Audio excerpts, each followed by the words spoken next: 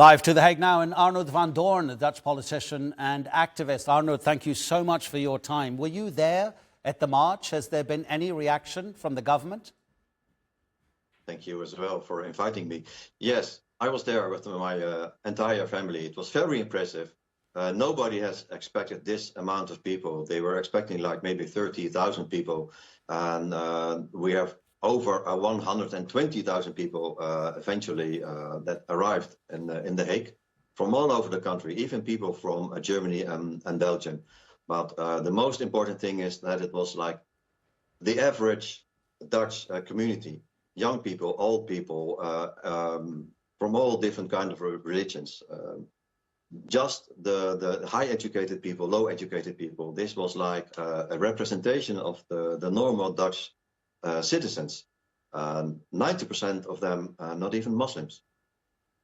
So this is a clear signal. Yeah, I mean, your message is quite clear. We've explained it very, very simply. And you were there as part of one of the biggest demonstrations in 2 decades in your country. And really no reaction from the government yet? No, they are not responding, especially our Prime Minister, Dick Schoof. He has not given any response to this huge demonstration. There is a lot of anger and frustration among the Dutch people. And our government is not representing the people at this point. There is a lot of anger about what's going on in Gaza. And the fact that the Dutch government is not doing anything but just hollow words, and they are not doing anything to stop this genocide, to stop the atrocities in Gaza. Listen to this list, Arnoud. Algeria, Bolivia, Brazil, Chile, Colombia, Comoros, Cuba, Djibouti, Egypt, Ireland, Jordan, Lebanon, Libya, Mexico, Palestine, St. Vincent, Slovenia, Spain, Turkey, Venezuela, Zimbabwe, the African Union, the Arab League, other international organizations, but no, the Netherlands. Why hasn't your government joined the case at The Hague that's looking into whether Israel is committing genocide?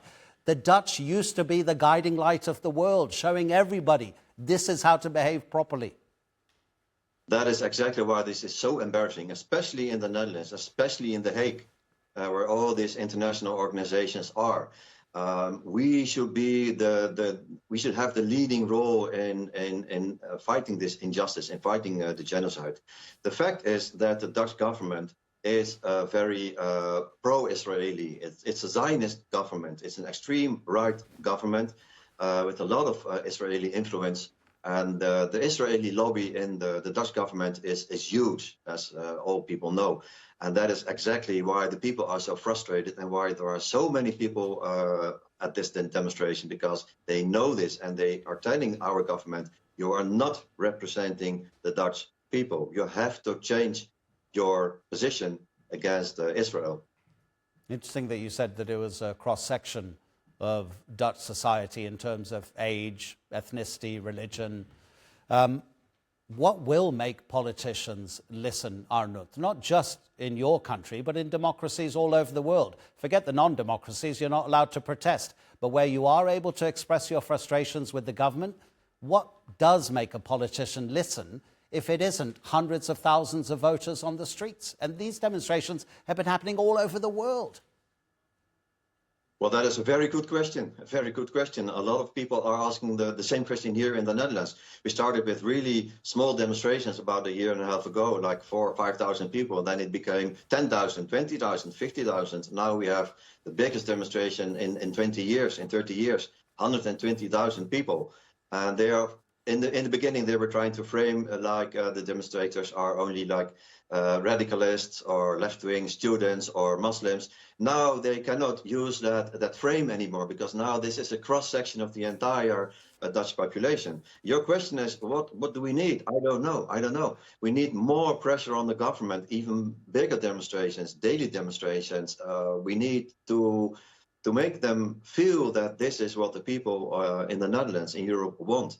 They don't want just hollow words and people and governments that are only saying that we are concerned about what's happening. We need actions from the government. They have the tools, they have the instruments to really make a difference. Arnoud van Doorn, we really appreciate it to hear your experience of being at that demonstration and in the country you're speaking from. Really instructive for all of us. Thank you. You're welcome.